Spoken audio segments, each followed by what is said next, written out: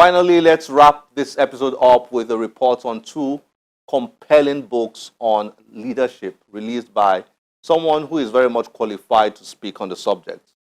Enjoy this.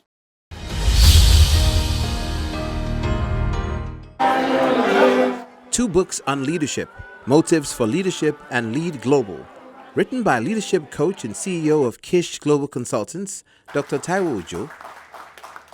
The books were recently presented to the public at Chartered Institute of Bankers House in Lagos. Both books address the multidimensional concepts undergirding global leadership and how to grow into becoming a global leader. Chaired by Sir Ademola Aladekomo, the founder of CHAMS PLC. The event had guests from various aspects of professional sectors in Nigeria. The book presentation lecture highlighted the concepts of the book. Why do we need books on leadership at this time? I recall my conversation with Donald Duke, former governor of Cross River State, on a flight several years ago. I highlighted the fact that many of the people that occupy leadership positions in our country do not exhibit leadership skills, and that we need to find a way to imbibe those skills before we get into such positions. Donald replied, "Sir, Nigeria is like an aircraft that is being flown by pilots that did not go to any flying school. And when they crash the plane, everybody shouts and blames on them." I found the illustration intriguing and won't forget it in a long time. The reviewers left guests with no doubt of the value of the books. The question of motives is considered central by the author.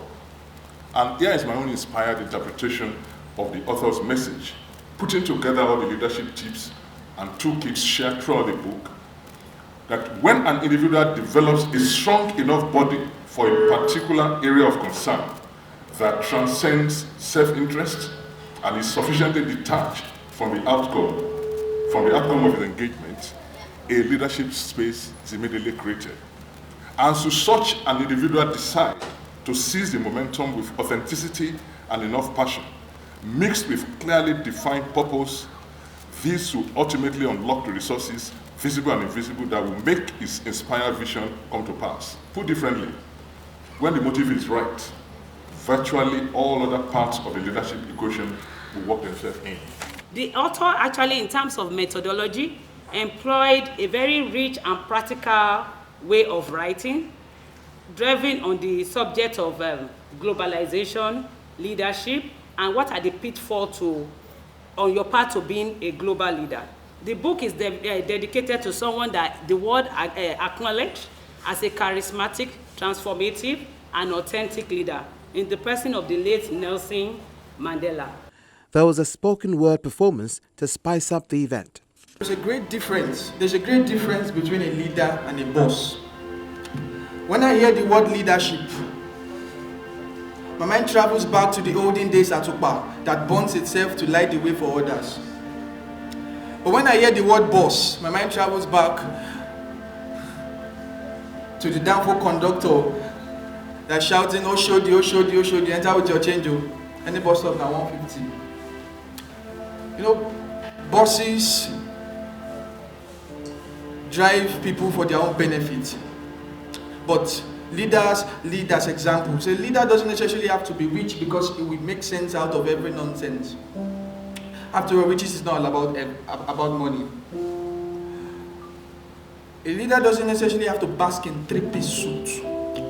Three-piece suit is simply packaging. And leadership is not about how the package is packaged, but about the package itself, I mean the content. Amen.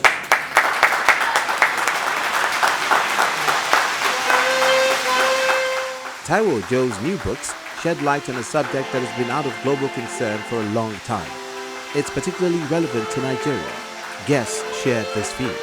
For anybody that wants to go into leadership, for anybody thinking of walking the path of leadership, the first thing is asking yourself, why do I want to lead? What is my motive? And if you look into that, that will really help you to define whether or not you're going to be a successful leader? You know, the early independent, post-independent period, we had leaders. But today, we're not there yet. And I also think partly it's because we also haven't gotten followership right. Because leadership emerges from followership. Until we get followership right, we can't get leadership right. Because an apple tree cannot produce pawpaw. It's the content of the tree that comes out as a fruit. So leadership starts from followership. You know, writing of people started in the early 80s when I was a young boy growing up in Akure those years when Nelson Mandela was in prison in South Africa. So I had the privilege to visit South Africa again for the first time in 2002. And I went to see Madiba. You know, I noticed the bitterness, the hatred between the white and the black people in South Africa. But Mandela demonstrated that Christ-like leadership of the virtue of forgiveness. So that inspiration had been with me for over 25 years. So when I had the privilege to go for my doctorate in the US between 2013 and 2016, God gave me the grace to put those books to fruition. I hope you have had a good time with us today. As always, we'll be delighted to get your feedback through any of our social media platforms displayed on your screen. I'm Olakunle Kasumu. Remember, one great book can change your life. Bye-bye.